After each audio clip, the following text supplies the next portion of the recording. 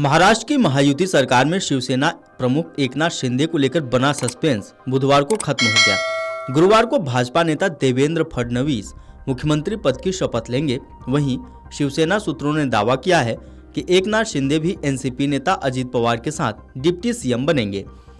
महायुति सरकार के गठन में एकनाथ शिंदे के रुख को लेकर काफी दिनों से अटकलें लगाई जा रही थी, लेकिन सरकार में शामिल होने के लिए एकनाथ शिंदे आखिरकार तैयार हो गए हैं।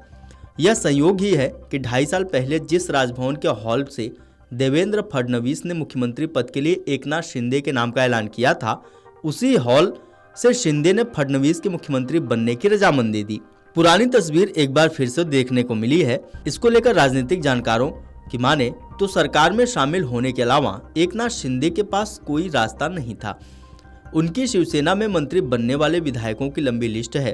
अब अपनी पार्टी के विधायकों की नाराजगी का सामना एकनाथ शिंदे को करना पड़ रहा है।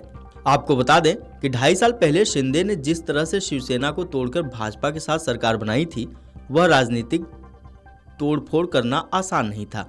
लेकिन सच यह है कि उनके पीछे भाजपा मजबूती से खड़ी थी। उस वक्त शिंदे को उसका पुरस्कार भी मिला।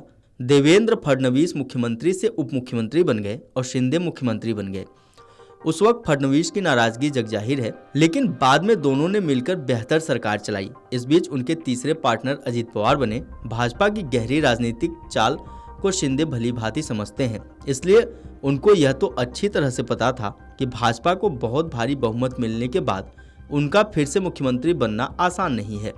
फिर उनको यह भी अच्छी तरह पता था कि सियासत में मोलभाव के मौके बहुत कम समय तक ही बने रहते हैं, इसलिए भी वे जब तक संभव हो सका तब तक ही अलग अलग तरीके से दावेदारी जताते रहे। भाजपा आलाकमान के सूत्र बताते हैं कि केंद्रीय गृह मंत्री अमित शाह के दखल के बाद मामला बहुत हद तक शांत हो गया। प्रधानमंत्री नरेंद्र मोदी से भी शिंदे को आश्वासन मिले हैं, जिसके बाद शिंदे का रुख नरम पड़ा। शिंदे सरकार में शामिल होने के लिए तैयार हैं। भाजपा की राजनीति के असली रणनीतिकार अमित शाह जानते हैं कि महाराष्ट्र में मुंबई महानगर पालिका सहित अन्य स्थानीय निकाय चुनावों में शिवसेना की जरूरत है। शिवसेना कमजोर होने पर उद्धव ठाकरे को मौका मिल सकता है, इसलिए शिंदे सेना की ताकत बनाए रखना जरूरी है। फिर शिंदे के पास भी विकल्प बहुत कम बचे थे और उनके लिए भी अपनी पार्टी को सत्ता में बरकरार रखना जरूरी है।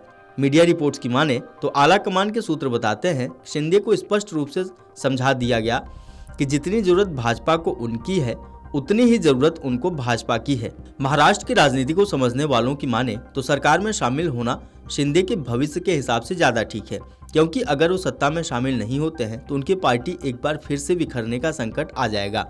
मीडिया रिपोर्ट्स है कि केंद्रीय नेतृत्व ने शिंदे को भरोसा दिया है कि उनका संवैधानिक पद भले ही बदल रहा है, लेकिन महाराष्ट्र की सियासत में उनका राजनीतिक कद कभी भी किसी भी हालत में कम होने नहीं दिया जाएगा। आपको बता दें कि हाल ही में देवेंद्र फडणवीस, एकनाथ शिंदे और अजित पवार दिल्ली आए थे। गुरुवार को नए मुख्यमंत्री के नाम को लेकर केंद्रीय गृह मंत्री अमित शाह के आवास पर बैठक हुई।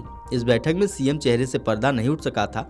इस बैठक के बाद एकनाथ शिंदे अपने गांव चले गए थे, जिसको लेकर भी काफी अटकलें लगाई गई थी।